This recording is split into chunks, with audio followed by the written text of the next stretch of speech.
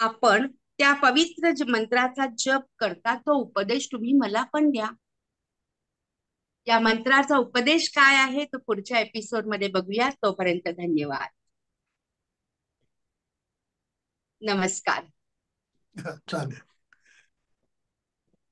शिवाला पार्वतीने प्रश्न केला की मला पण असा एक मंत्र सांगा, किंवा तुम्ही ध्यानस्थ का बसता ते मला सांगा.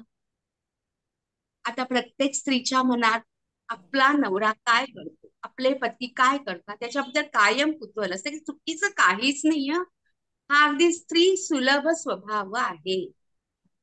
तेव्हा तिने शंकरांना विचारलं, तुम्ही कशाचा जप करता, तुम्ही त्याचा उपदेश मला पण करा. अगदी कळकळीने मागे लागणं हा जो प्रकार असतो स्त्रीचा पुरुषांच्या मागे, तसा आमच्या पार्वती मातेने केला. बालहत्या स्त्री हत्या पुरुषाला पुरवावेच लागतात.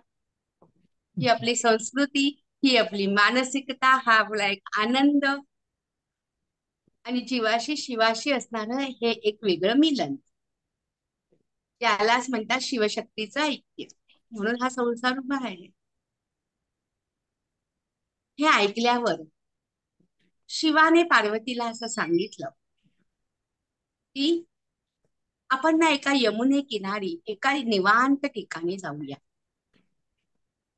हे सांगितल्यानंतर ते म्हणाले ठीक आहे, हरकत नाही. आणि मग दोघ जण पती पत्नी एका यमुनेच्या किनाऱ्यावर आले. आणि त्यावेळेस शिवाने पार्वतीला ब्रह्मज्ञानाचा उपदेश केला आणि एक बीजमंत्र सांगितलं.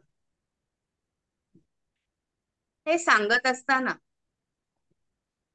मध्ये शिवाने पार्वतीला विचारलं, मी तुला आता सगळं सांगितलं की नाही? ती म्हणाली हो. तसं शाळेतलं शिक्षक मुलांना एक 15 मिनिटं शिकवतात. 35 मिनिटाचा शाळेतला तास, कॉलेजचा 40 मिनिटाचा तास. शिकवून झाल्यावर म्हणतात, मी आता तुम्हाला काय काय सांगितलं, परत उजळणी करतात. तुम्हाला काय काय समजलं ते तुम्ही आम्हाला सांगा. हा खऱ्या ज्ञान प्रबोधनाचा मार्ग असाच असतो. हे शंकराने पार्वतीच्या संवादातून आपल्याला दाखवून दिले की काय तुला समजलं, मी जे तुला सांगितलं त्याच्यातनं काय बोध झाला. शब्द बघा शंकराने किती छान वापरला. काय सांगितलं ते मला सांगा. हे सांगितल्यावर पार्वती काही बोलणार तेवढ्यात त्या यमुनेच्या तीरातनं एक छानसा शब्द बाहेर आला. हो, कोणता शब्द बाहेर आला? तो शब्द असा होता, सर्वत्र एकच गोष्ट एकमेव अद्वितीय आहे. ती कोणती आहे? ब्रह्मा. ब्रह्माने सगळं जग व्यापलेलं आहे. वेदांतात काय सांगितले? ब्रह्मच सांगितले. सगळीकडे सगळ्या उपनिषदांमध्ये काय सांगितलंय? या ब्रह्माचंही महत्व सांगितलंय. सगळीकडे काय व्यापलेलं आहे? ब्रह्म. आणि आता तू आणि मी असं द्वैतच राहिलं नाही. मी ज्यावेळेस तुम्हाला मागच्या एका एपिसोड मध्ये द्वैताद्वैत पीठाबद्दल, त्या द्वैताद्वैत पीठामध्ये द्वैत म्हणजे मी आणि तू वेगळं, आणि अद्वैत म्हणजे जे द्वैतच राहिलं नाहीये, अनेकात्वातून एक झालेलं आहे, जे अपूर्णत्वाकडून पूर्णत्वाकडे जाणार आहे, ज्ञाताकडून ज्ञेयाकडे जाणार आहे, असे हे अद्वैत, हे ब्रह्मज्ञान हा उपदेश आहे. आणि यमुनेच्या तीरातून हे शब्द बाहेर पडले. हे ऐकून शिव पार्वतीला परत म्हणाले, पूर्वी उपरिचर नावाचे एक साधू आकाश मार्गातून जात होते. आणि ते जात असताना उर्वशी अप्सरेला पाहून त्यांची काम वासना वाढली. ते त्याच्यासाठी व्याकुळ झाले. म्हणजे काम क्रोध मदमोह मत्सराबरोबर काम वासना हे प्रत्येक जीवामध्ये असतं, त्यात गैर नसतं. फक्त तुम्ही कोणत्या मार्गाने ते घेताय त्यालाही सात्विकतेची पार्श्वभूमी आहे, ही आजची पिढी विसरलेली आहे. आणि कामवासनाला सात्विकतेचा भाव, नवी सृष्टी निर्माण करण्याचा भाव, त्याच्यातला एक योगशास्त्राचा भाव आणि त्याच्यातल्या शरीरातल्या विज्ञानात होणारा बदल, हा मूळ भाव विसरून आजची तरुण पिढी ही केवळ वासनेच्या मागे लागलेली आहे. आज नाथपोथी आपल्याला हे सांगते की ह्याच्यातला सात्विक भाव समजून घ्या, आणि हेच आमच्या गोरक्षनाथाने सिद्ध सिद्धांत पद्धतीमध्ये सांगितले. मानवी जीवनात माणूस जन्माला आल्यानंतर एका ठराविक वयानंतर, ठराविक वयात ठराविक गोष्टी करायच्या असतात. हे जीवनाचे एक महत्वाचे टप्पे असतात आणि त्या टप्प्यानुसारच माणसाने जायला पाहिजे. आणि त्याच्यासाठी संस्कार आहेत, तीच आपली संस्कृती आहे, तोच आपला हिंदू धर्म आहे. आणि हेच नातं या नवनाथाने आणि गोरक्षनाथाने त्यांच्या ग्रंथातून छान प्रकारे उलगडून दाखवले. आम्ही केवळ अध्यात्म आणि चमत्कार म्हणून जर फक्त अध्यात्माकडे बघायला लागलो तर आम्हाला हे ज्ञान कधीच हातात येणार नाही. आणि म्हणून विज्ञानाची सांगड घालून हातात हात घेऊन जाणारं हे ज्ञान या नवनाथ भक्तिसार मध्ये ज्या वेळेस हे यमुनेच्या पात्रात त्यांचं वीर्य पडलं, त्यावेळेस ते एका माशाने गिळलं. निसर्गात अशा खूप गोष्टी चाललेल्या असतात, त्या सगळ्याच आपल्या दृष्टीला दिसत नसतात, पण तरी निसर्ग त्यांचा क्रम सोडत नसतो.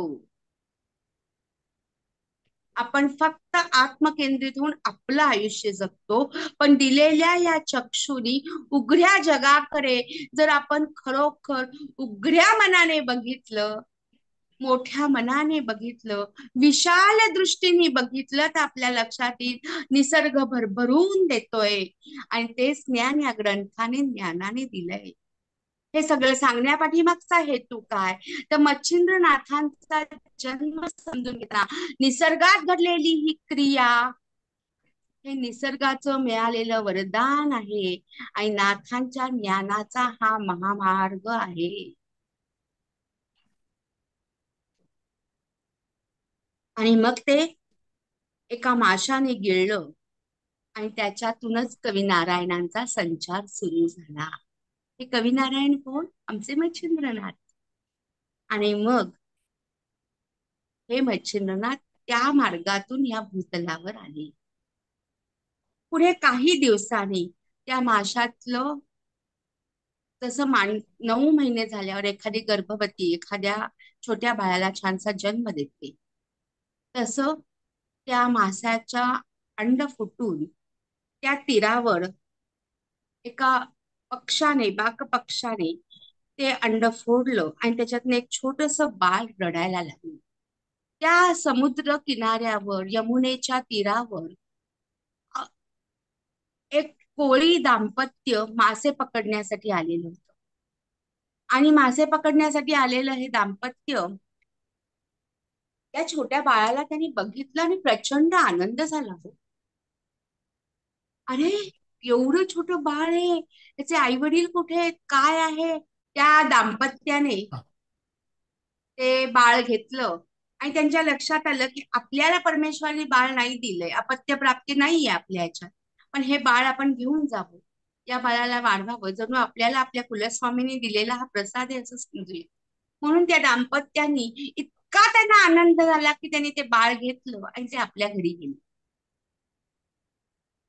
आपल्याला अपत्य नाही म्हणून दुसऱ्याच्या ह्याचा मत्सर न करता दत्तक विधान जे आज आपण बघतो, वेगवेगळ्या संस्था जे बघतो, हे फार मोठी नाथांची सेवा या संस्था करतात. आणि अशा पद्धतीने हे दत्तक विधान नाथ संप्रदायाने या जगताला शिकवलं. हे एक सामाजिक योगदान आहे. आणि मग ते बाळ खूप रडत होतं, त्या दाम्पत्यानी ते बाळ घेतलं आणि ते घरी आले. ते बाळ, आपल्या घरात बाळ आलं, घरात आनंद आला, ते त्याला अगदी छान जीवापलीकडे जपत होते, वाढवत होते. आणि हे करत असताना ते बाळ छोट छोट होतं, तर मोठं होत गेलं आणि 5 वर्षाचं झालं. हे कोळी दाम्पत्यांचं उपजीविकेचं साधन म्हणजे मासे गोळा करणं, मासेमारी करणं. तर ते बाळाला घेऊन एकदा समुद्र किनारी गेले. त्याचे वडील ते मासे काढत होते, एका टोपलीत ठेवत होते. मासे काढत होते, टोपलीत ठेवत होते. आणि तिथे हे छोटसा बाळ बसलेला होता. पण ते मासे जेव्हा पाण्यातनं बाहेर काढत होते ना, त्यावेळेस ते तडफडत होते हो. त्या छोट्या बाळाला ते आवडलं नाही की हे तडफडतायत. म्हणून ते परत तो छोटासा त्या बाललीला म्हणतो आपण त्याप्रमाणे ते घ्यायचा आणि परत पाण्यात सोडून द्यायचा. परत ते आई वडील काढायचे, परत ते पाण्यात सोडून द्यायचे. हा एक खेळच चालला होता. त्याच्या आई वडिलांना राग आला. जसं आपण लहान मुलातली मुलं करू नको म्हटलं की ते करणार. मग 4-5 वेळा सांगून ऐकलं नाही की एक रपाटा आपण मारतो. तसं त्या छोट्याशा बाळाला आई वडिलांनी एक सपाटा मारला. म्हणाले, काय चाललंय तुझं? तर त्या 5 वर्षाच्या मुलाने असं सांगितलं, म्हणजे त्या छोट्या बाळाने, तुम्ही मासे काय मारताय? ते तडफडतायत ना. त्या तडफडणाऱ्या माशांना बघून त्या छोट्या मुलाचा जीव व्याकुळ झाला, की अरे तडफडणारा जीव आहे. म्हणजे लहानपणातच या मच्छिंद्रनाथांना तडफडणारे जीव बघवत नव्हते. ही 5 वर्षाच्या मुलाला जाणवणारी गोष्ट, की मासे काढले जात आहेत, ते तडफडतायत. बघा, विचार करा. एखादा जीव तो तडफडतोय आणि म्हणून 5 वर्षाचा बालकही त्याच्यासाठी तडफडतोय. म्हणजे लहानपणापासून जीवातला शिव बघणं ही प्रक्रिया तिथेच मच्छिंद्रनाथांची सुरू होती. आई वडील म्हणे, अगं हे आपलं उपजीविकेचं साधन आहे. हे मासे आपण विकतो आणि त्याच्यावर आपण आपलं पोट भरतो. हे जर असं नाही केलं तर काय आपण भिक्षान्न खाणार? मच्छिंद्रनाथ तेव्हा काहीच बोलले नाही. पण त्यांना हे आवडलं नाही की एखादा जीव तडफडत ठेवणं. आणि कालांतराने ते तिथून घरातून बाहेर पडले, कुणालाही न सांगता. आणि चालत चालत चालत ते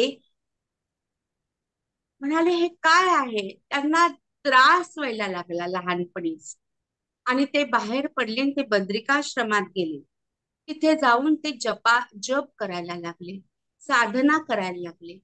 आणि ते करत असताना 12 वर्ष ते एका मंत्राचा जप करत.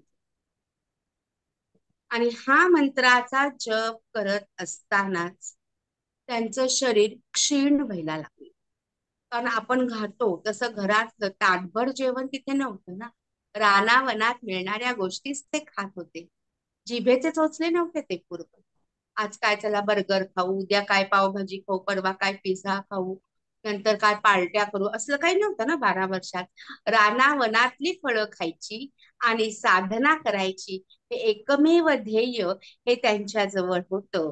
ते तिथे 12 वर्ष तपश्चर्या करत राहिले. आणि तपश्चर्या करत असताना त्यांचं शरीर अतिशय क्षीण होऊन गेलं. आणि ती तपश्चर्या झाल्यावर ते एका सुंदर अशा शिवाच्या मंदिरात गेले. त्यांनी शिवाची स्तुती केली, म्हणजे स्तोत्र मंत्र ह्याची साधना केली. आणि तेव्हा प्रत्यक्ष रुद्र त्या ठिकाणी प्रकट झाले.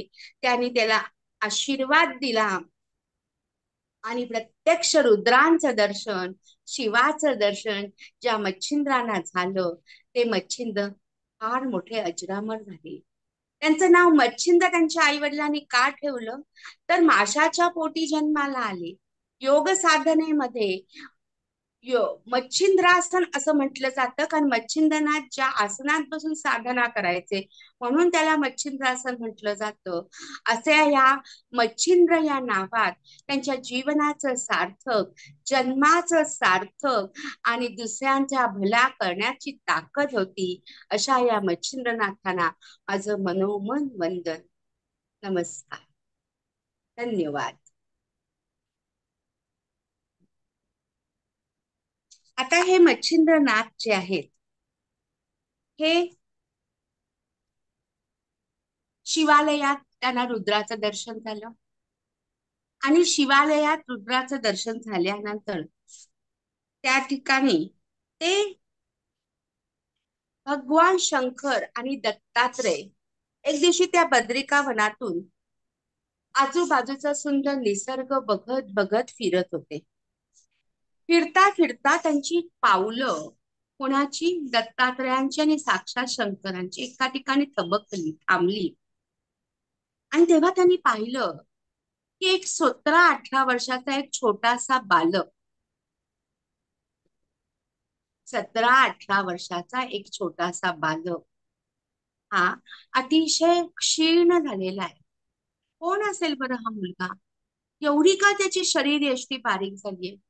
निसर्गाचं, माणसांचं अवलोकन करणं, निरीक्षण करणं, त्याला जे हवं ते देणं, त्यांची प्रकृती, स्वभाव, प्रारब्ध पाहणं आणि त्यांच्या जीवनाचा कायापालट करणं, हे या गुरुशक्तीचं महान कार्य या भूतलावर झालंय.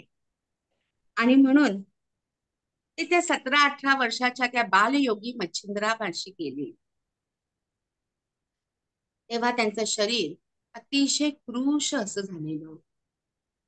या कृश झालेल्या शरीराकडे ते गेले आणि ते म्हणाले, "हे कोण आहे तो मुलगा?" ते दोघं आपापसात चर्चा करायला लागले.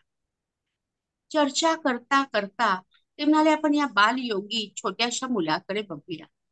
बघा, नवनाथांचं आणखीन एक वैशिष्ट्य असं आहे, लहान असो, मोठं असो, वृद्ध असो, नाही तर जातपातीचं कोणी असो, प्रत्येकाचा आदर त्यांनी केलेला आहे.